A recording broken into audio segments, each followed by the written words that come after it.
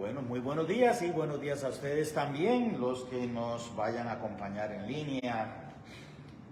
En esta mañana vamos a empezar un estudio, no sé si va a durar 2 domingos, tal vez 3 domingos, dependiendo de cómo nos dirija el Señor.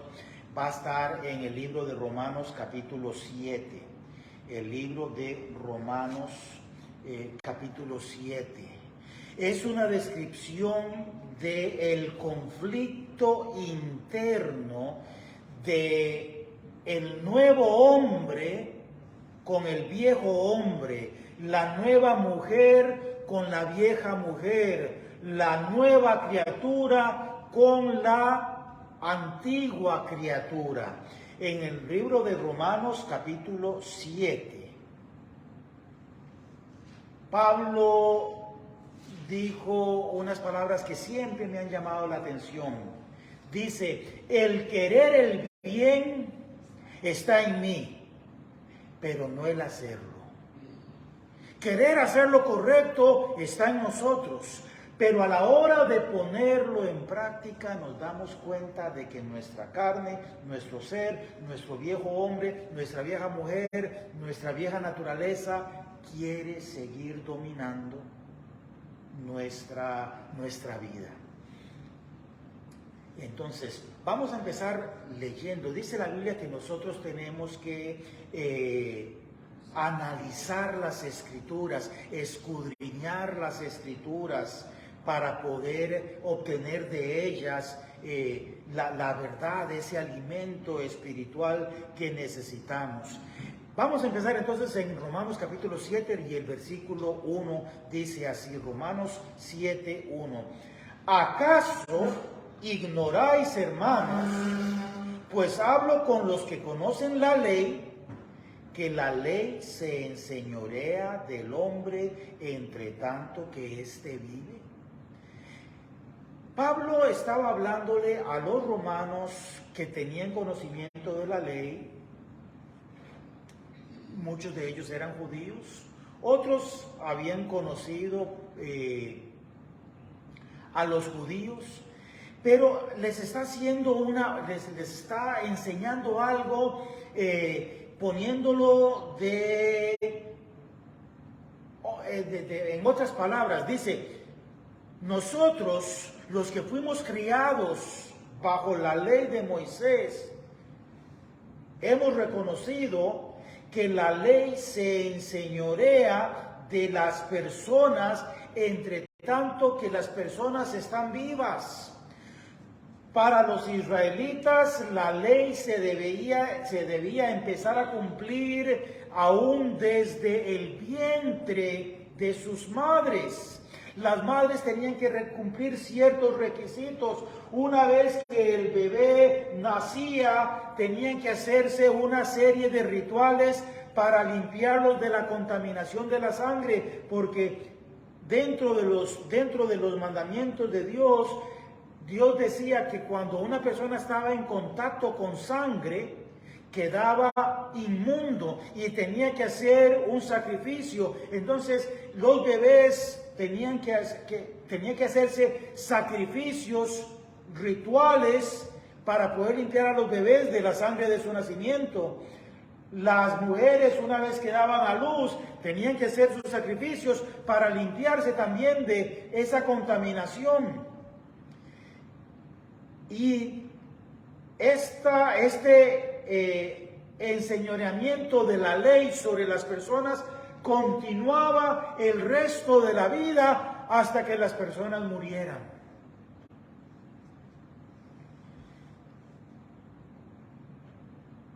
Pablo hace una analogía, una comparación de la mujer casada que está sujeta a la ley del marido mientras éste esté vivo, y hasta que el marido muera, ella no queda libre de la ley de su marido.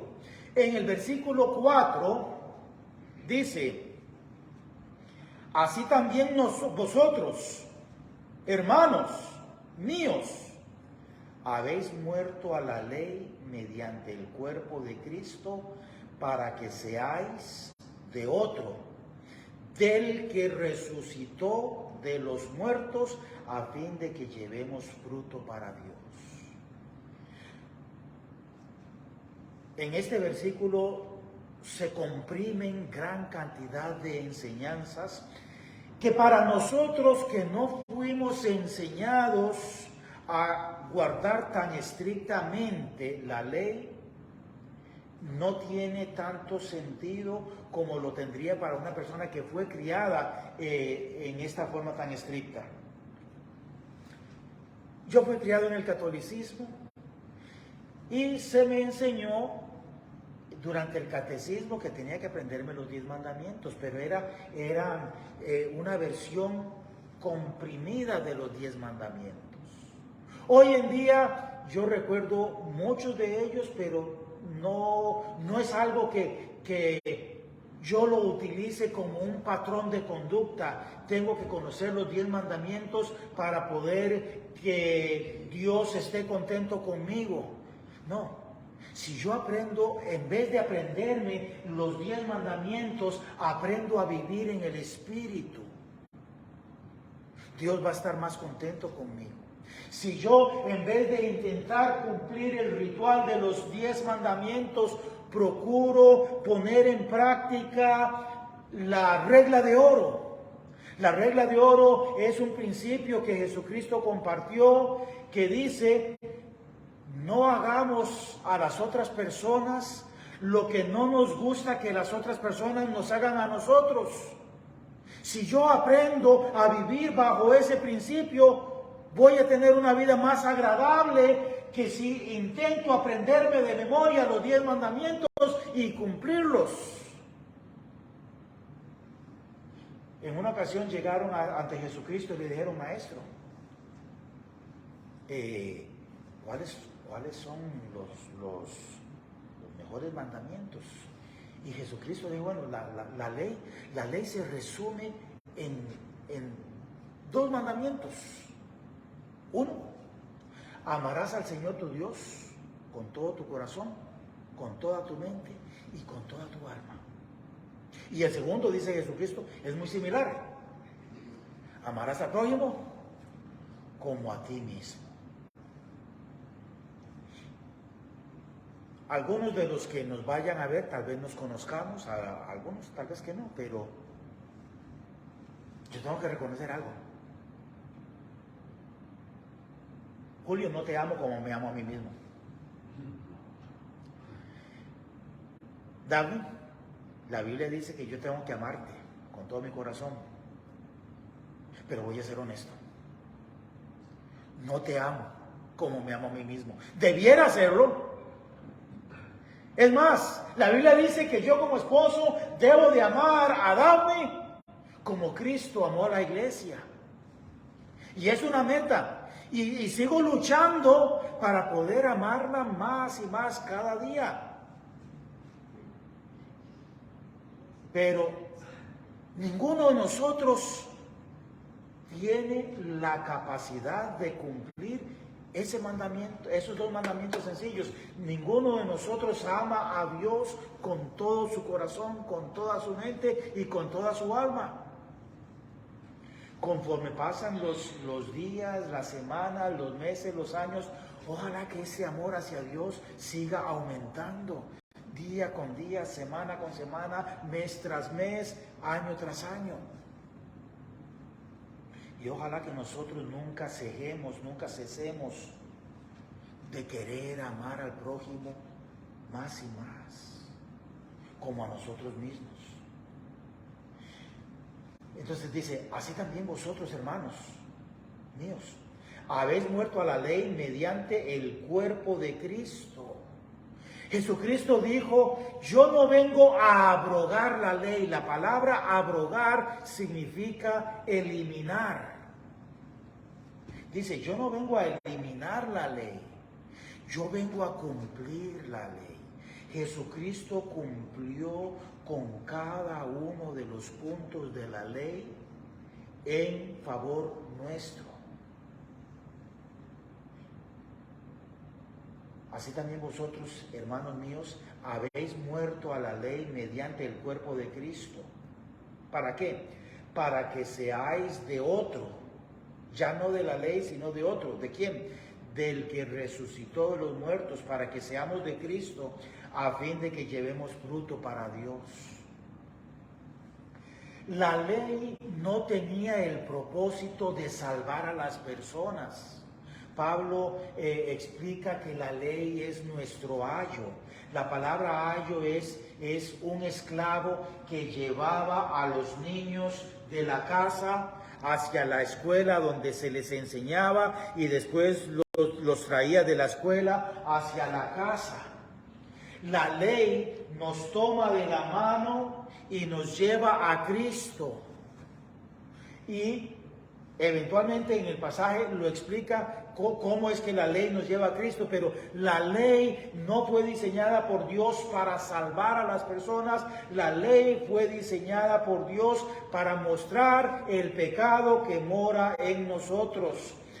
Una vez que nosotros somos librados de ese ayo que nos lleva al Maestro, una vez que estamos a los pies del Maestro, a los pies de Dios, podemos llevar fruto para Dios. Ya no vamos a aprendernos la ley de una manera intelectual, ahora vamos a practicar el espíritu de la ley, el espíritu de la palabra y no la letra de la palabra. En el versículo 5 dice: porque mientras estábamos en la carne, las pasiones pecaminosas que eran por la ley obraban en nuestros miembros, llevando fruto para muerte. Mientras estábamos en la carne se refiere, mientras estábamos en la carne intentando cumplir la ley, intentando cumplir los preceptos, intentando no mentir, intentando no codiciar, intentando no hacer todas estas cosas que la ley demandaba. Mientras estábamos en la carne intentando cumplir todo esto, había pasiones pecaminosas, había deseos, había rebeldía, había pensamientos, había malas palabras, había codicias que seguían aflorando y nosotros decíamos, voy a ser, bueno, los de la ley, los que vivían bajo la ley decían, tengo que llevar otra palomita, tengo que llevar otra torta, tengo que llevar otro carnero para poder hacer un pago por causa de este pecado. Entre más me esfuerzo para cumplir la ley, me doy cuenta de que es más y más difícil cumplir la ley. Mientras estábamos en el cuerpo, había unas pasiones pecaminosas dentro de nosotros que eran por la ley y que obraban en nuestros miembros, llevando fruto para muerte. La paga del pecado es muerte. Versículo 6 dice: pero ahora estamos libres de la ley por haber muerto para aquella en que estábamos sujetos, de modo que sirvamos bajo el régimen nuevo del Espíritu y no bajo el régimen viejo de la letra. Igual, para nosotros que no fuimos enseñados bajo los preceptos estrictos de guardar la ley. Mi esposa estaba viendo un programa de un señor de apellido Prager y tiene un grupo que se llama Prager University. Es un grupo bastante conservador. Él es judío, él es un judío practicante, pero no está en contra del cristianismo. De hecho, él dice, un judío sincero practicante y un cristiano sincero practicante tienen una buena relación con Dios. Yo no necesariamente puedo decir que un judío practicante que no crea que Jesucristo es el Mesías puede tener una relación con Dios, porque a lo suyo vino y los suyos no le recibieron. Pero aquí en el versículo 6, hablando con esas personas que eran practicantes, que eran asiduos, que eran sinceros, dice, pero ahora estamos libres de la ley. Ya no tenemos que cumplir todos estos preceptos, hacer todos estos sacrificios, guardar todas estas cosas. Ahora estamos libres de la ley por haber muerto para aquella en que estábamos sujetos. A través de Cristo, nosotros ya morimos a la ley. Cristo cumplió la ley por nosotros. ¿Para qué? Para que podamos servir por el régimen nuevo del Espíritu y no bajo el régimen viejo de la letra. En otras palabras, como estaba explicando anteriormente, nosotros no tenemos hoy en día que hacer un listado. Ya hice esto, ya hice esto, ya hice esto. No es que sean malos los listados, pero para poder complacer a Dios, nosotros no podemos decir, yo quiero que Dios me acepte hoy. Entonces, tengo que leer mi Biblia, tengo que orar, tengo que ayudar al prójimo, tengo que amar a mi esposa como a mí mismo, tengo que amar al prójimo como a mí mismo, No tenemos que hacer un listado para que Dios nos acepte. ¿Por qué? Porque ahora vivimos bajo el régimen del Espíritu. Es aprender a vivir en el Espíritu, aprender a vivir guiados por el Espíritu Santo y ya no bajo el régimen antiguo, viejo de la letra. ¿Cuántos de nosotros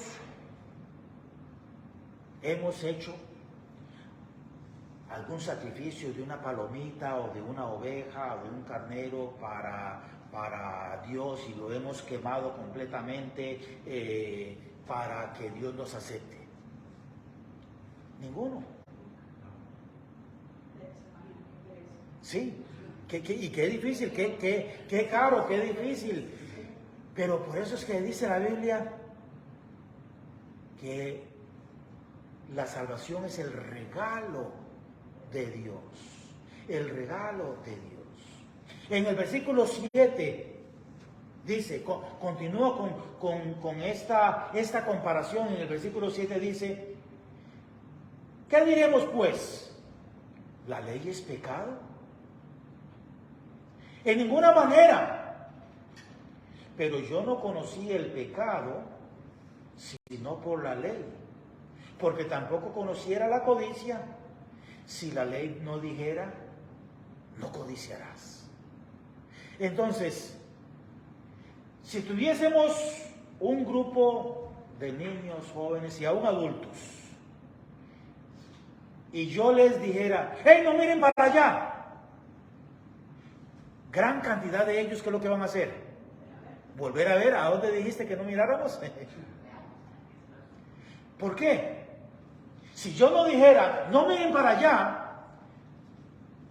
algunos tal vez coincidencialmente van a mirar para allá, pero no hay un mandamiento, no hay una orden. Pero en el momento en que se dice, no miren para allá, todo el mundo va a querer ver. Para donde se dice que no, ya hay un quebrantamiento de una ley. Si Dios, bueno, un ejemplo que nos pasó en nuestra casa cuando nuestras hijas eran pequeñas y en la casa de tantos y tantos hogares con hijos pequeños. No tomen de las galletas porque es para la fiesta en la tarde, para la fiesta en la iglesia en la tarde. Ay, qué rico que huele. Ay, qué rico que huele. Y algunas veces los papás lo hacen, ponen cámaras y se ven a los niños trabajando juntos, empujando una silla y ya subiéndose y entonces ayudándose para poder alcanzar el estante en donde están las galletas. ¿El pastel?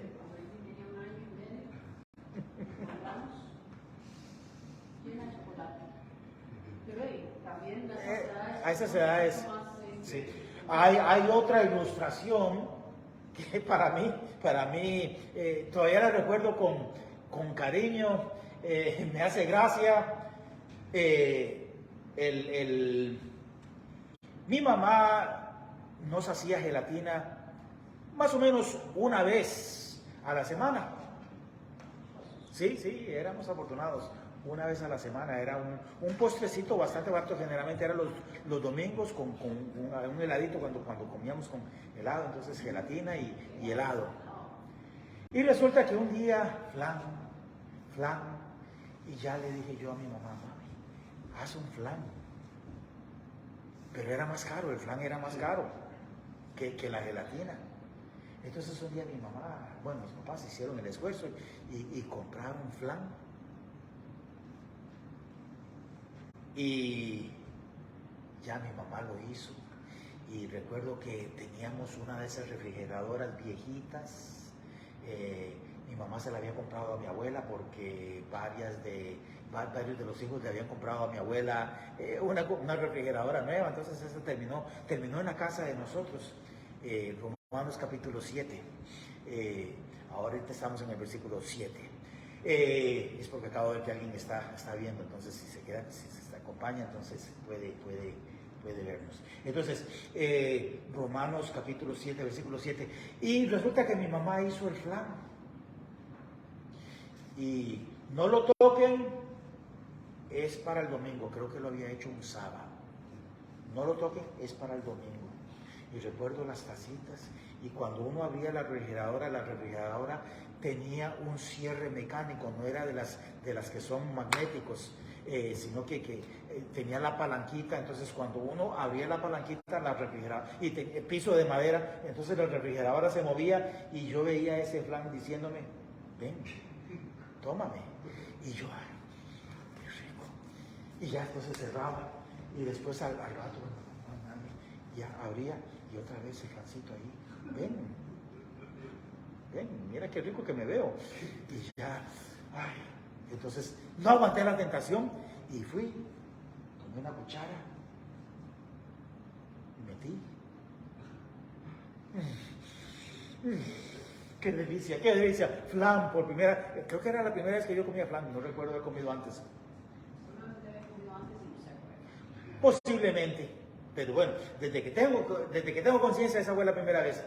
La cuestión es que alguien tomó de otro tazón y puso en ese tazón lo que yo me había comido. Y no sé, se dieron cuenta de que fui yo. Y me culparon de los dos, de haberme comido el flan y de haberle quitado de otro y haberle puesto. Pero los planes no tenían, los tazones no tenían nombre, no era que era el de Fran o el de Papi o el de Mami. Eran todos, no tenía sentido de que yo tomara de otro para ponerlo en ese, ya habían dos que estaban dañados. Sí, fue Fran. Sí. Y ya entonces yo confesé, sí, yo me comí el pedacito de flan, pero yo no le puse de otro flan a este tazón, porque yo sabía que no tenía sentido, porque el otro iba a quedar con la deficiencia. Entonces, si mi mamá no hubiera dicho, no se coman el flan, porque es para el domingo, si ella no hubiera dicho nada y yo me lo hubiera comido, no hubiera habido un quebrantamiento del mandamiento de ella, porque ella nunca había dicho, no se lo coman porque es para mañana, es para el domingo, es para mañana. En el momento en que ella dijo, no se lo coman porque es para mañana, ya se estableció la ley. Y esto es lo que dice Romanos capítulo 7, versículo 7. La segunda parte, el segundo renglón dice, pero yo no conocí el pecado sino por la ley, porque tampoco conociera la codicia si la ley no dijera, no codiciarás. La ley fue dada por Dios para enseñarnos el pecado que ya existe en nosotros. Este señor Prager estaba hablando de algo, es un concepto que se ha hablado a través de los siglos, pero si Dios no existiera y si los ateos tuvieran razón de que Dios no existe, ¿qué derecho tenemos nosotros en decir es incorrecto quitarle a alguien algo que le pertenezca a ellos porque yo soy más fuerte. Como yo soy más fuerte, yo tengo el derecho a quitarles eso a esas personas, porque es la ley del más fuerte. Como los animales. Entonces, si hay un perrote grandote y hay un perrito chiquitito que está comiéndose un hueso, el perro grandote dice, yo quiero ese hueso. Entonces va y lo agarra, y si el perrito chiquitito se quiere defender, lo lastima y le quita el hueso, porque es la ley del más fuerte. ¿Cómo le podríamos enseñar a este perrote grandote? No seas abusivo, eres mucho más grande, ya que te comiste tu hueso, deja, ese es el hueso. ¿Habría alguna manera de poderles explicar de una manera racional? No, podríamos amarrarlo, podríamos castigarlo, podríamos encerrar a uno en un lado donde se lo pueda comer tranquilamente, pero no había forma de poder inculcar en este animal que esto es incorrecto, que aprenda que ya él se comió el de él y que ya era uno para cada uno, y si el perrito chiquitito todavía está comiéndose el de él no tiene el derecho a quitárselo. Si Dios no existiera, este sentido de justicia y de injusticia no es un proceso intelectual. Porque el proceso intelectual lo que dice es, yo soy grande, soy más fuerte, este es más pequeñito, yo quiero comerme ese hueso. El proceso intelectual es, ¿qué me impide que yo me apropie de ese hueso? Nada, yo no le tengo miedo a ese perrito chiquitito, quítate y me lo como. Eso es un proceso intelectual, pero hay algo que está más allá de un proceso intelectual, y es la conciencia de Dios. La conciencia de Dios. Si Dios no existiera, nosotros seríamos simplemente una colección de células contenidas por otro grupo de células que se llaman epidermis, que es la piel, que sostiene a los órganos, y una osamenta que es la que nos mantiene erguidos. Pero, ¿qué hace que nosotros, algunos crean en Dios, otros no crean en Dios? Es esa conciencia. Dice la Biblia que Dios sopló en los seres humanos aliento de vida. No era una vida biológica, era una vida biológica y espiritual, algo que los animales no tienen. ¿Cómo? No, Dios no sopló aliento de vida, Dios los creó. Produzcan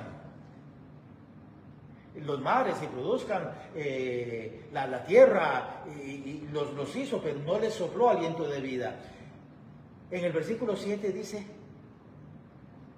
pero yo no conocí el pecado sino por la ley, porque tampoco conociera la codicia si la ley no dijera, no codiciarás.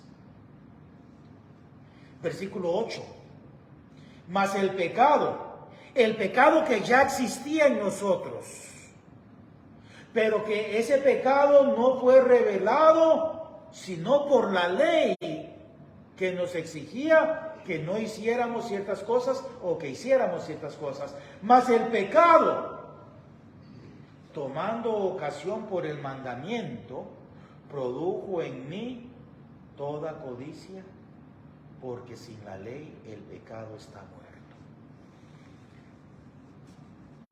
Hay una de las clases que más me gustaba en la escuela, bueno, no todas las clases, sino una sección de esa clase era la clase de química.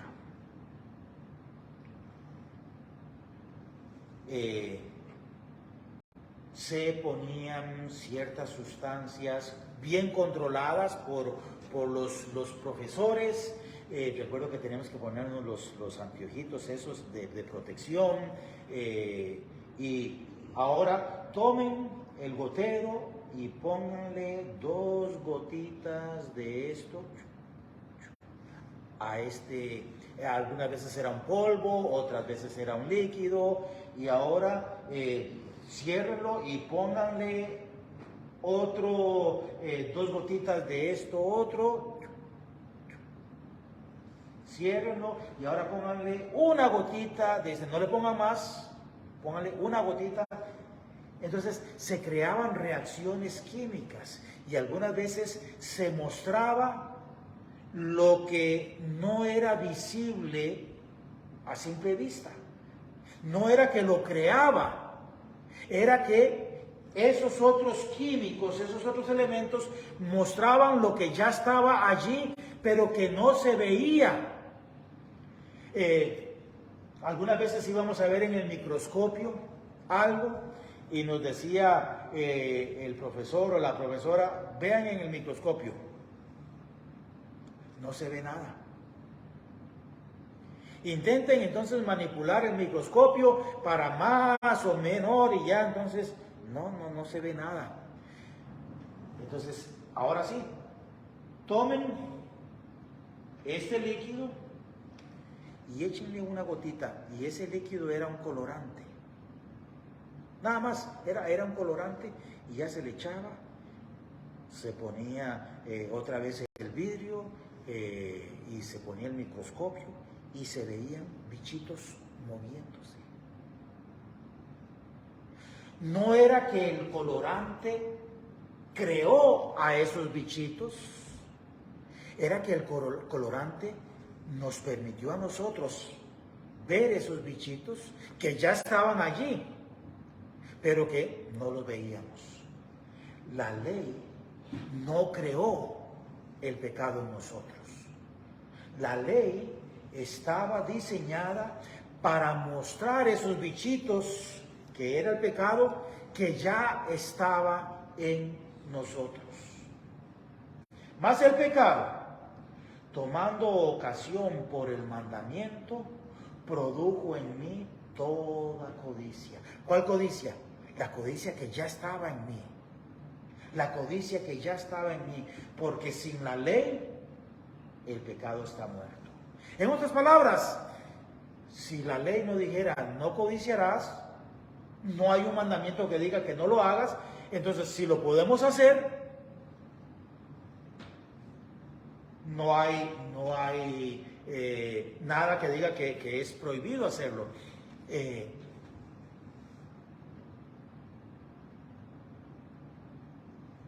¿Sí sabes qué es el canibalismo? ¿Saben qué es el canibalismo? No. Canibalismo es el comer la carne de su misma especie. Entonces, hay animales que no son caníbales. Puede que, por ejemplo, creo que los leones no son caníbales.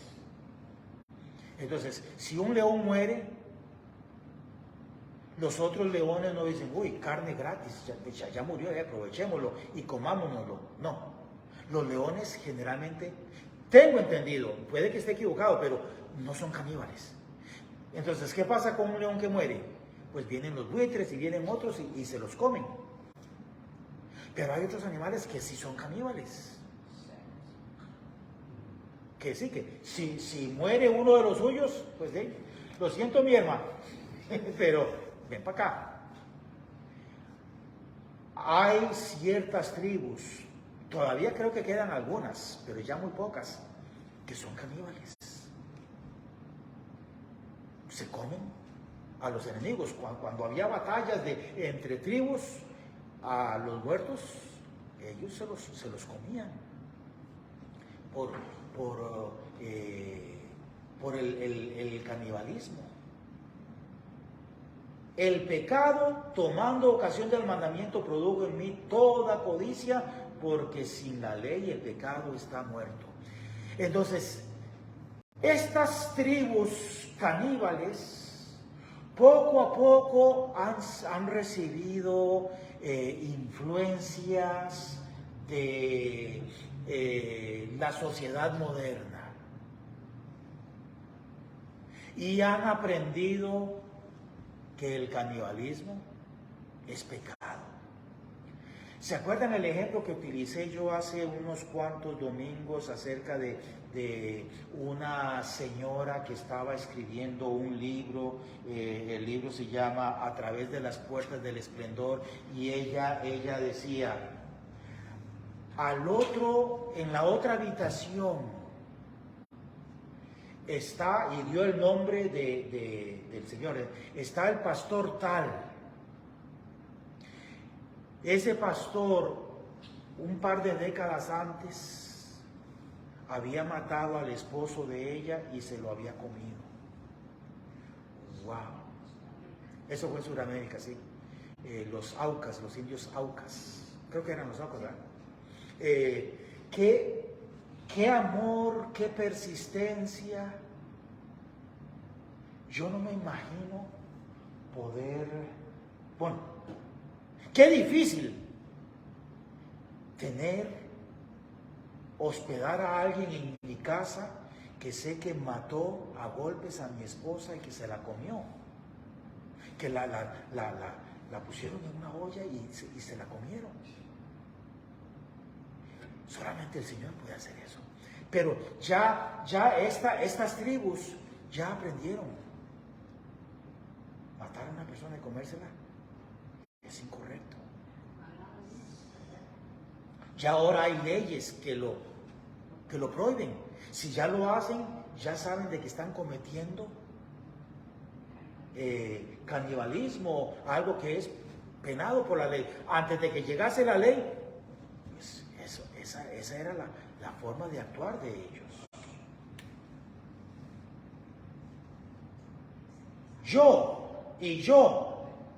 sin la ley vivía un tiempo, pero venido el mandamiento, el pecado revivió y yo morí.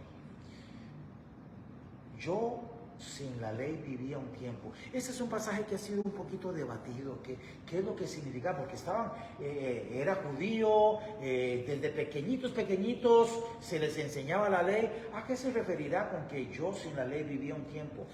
Yo me imagino que era el periodo de la inocencia. El periodo, como estaba explicando mi esposa, el ejemplo de mi hija Amy, ¿verdad? De un pastel que apenas lo vio, ¡ah!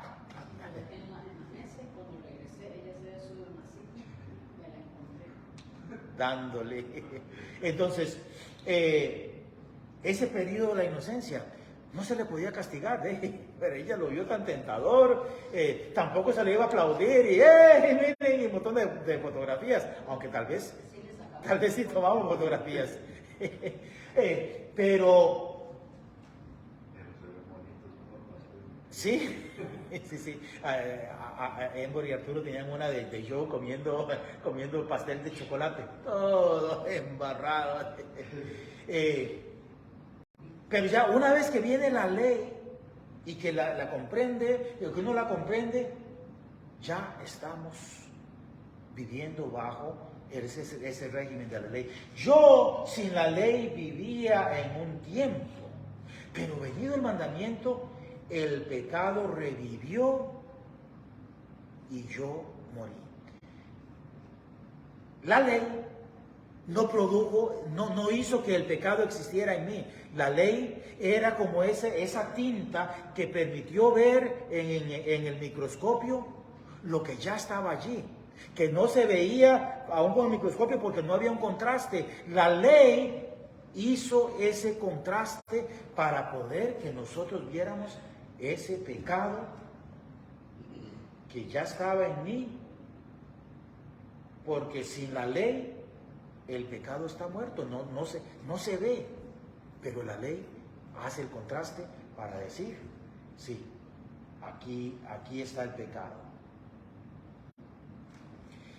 El próximo domingo, con la ayuda del Señor, vamos a continuar con el versículo 10, el versículo 10 en adelante. Voy a leerlo solamente para que tengamos una idea de qué es lo que vamos a ver. Y hallé que el mismo mandamiento que era para vida, a mí me resultó para muerte. El mandamiento que supuestamente era para permitirme tener una buena relación con Dios, lo que hizo fue que mostró que yo no tengo una relación con Dios. Muy bien, vamos a orar.